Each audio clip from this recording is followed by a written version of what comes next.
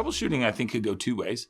I have a problem and I have no clue what's going on. So I have to troubleshoot to figure out what is actually causing this problem, okay? Modern day equipment, a lot of that is electronics, your car, your truck, any home appliance, right? To make it personal, right? So in our industry, troubleshooting, if it has anything electronic on it, oh my goodness, there's a whole volume of books that could be written there. But on the mechanical side of troubleshooting, it's some of those basic mechanical practices of seals and temperatures and oils, the proper oils. I think that troubleshooting also brings in, if you can understand how it works, then you can understand how it has failed. So you first, I think, have to have a basic understanding of how, that's how my brain works. And I think that's the mechanical engineer side, is to say, how does this all connect and work as a system? And then if it's not working properly, what has failed or what has caused this failure? And so how do we avoid that in the future?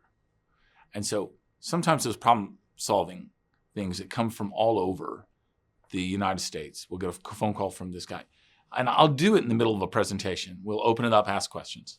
And somebody will say, I've had this problem. And I was like, okay, I want to know about that. And I said, I think this is what's going on, right? And I collect these stories and I retell these stories because it can connect up with somebody in New Hampshire versus somebody in Idaho, right? And those two people may never meet each other, but I can be that conduit. And I feel that our company can be that conduit of this sort of shared book of experiences. This is going to happen to you. And when it does, this is what you need to do. That's kind of, you're right, that's what we really try to provide. So we hope to bring that with the mud pumps as well. Some of the simple ones are losing prime. You've got a fluid system that gets air in it and it gets sort of airlocked. Or of course, this time of year, things freeze and things break.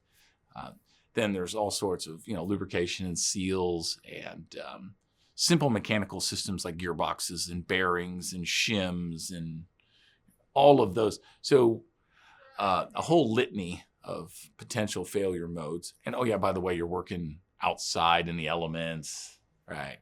With rocks and sand and dirt.